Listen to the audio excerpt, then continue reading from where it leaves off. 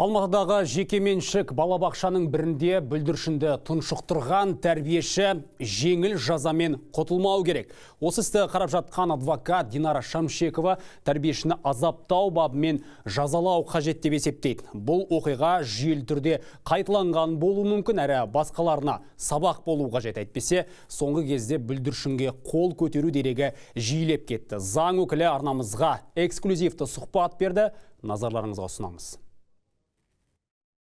Уголовное дело возбуждено по статье 140 Уголовного кодекса Республики Казахстан. Қылмыстық кодекстің 140 бабы бойынша іс қозғалған еді. Дегенмен жәбірленуші тараптың қорғаушысы ретінде мен істің азаптау бабы бойынша қаралуын талап етіп, кеше Алматы қалалық прокуратурасына жүгіндім. Негізі тергеу істі сотқа жібермек болды. Біз оны тоқтаттық. Бұл бап бойынша күдіктінің кінәсі дәлелденсе, ол 4 жылдан 7 жылға дейін бас бостандығынан айырылуы мүмкін.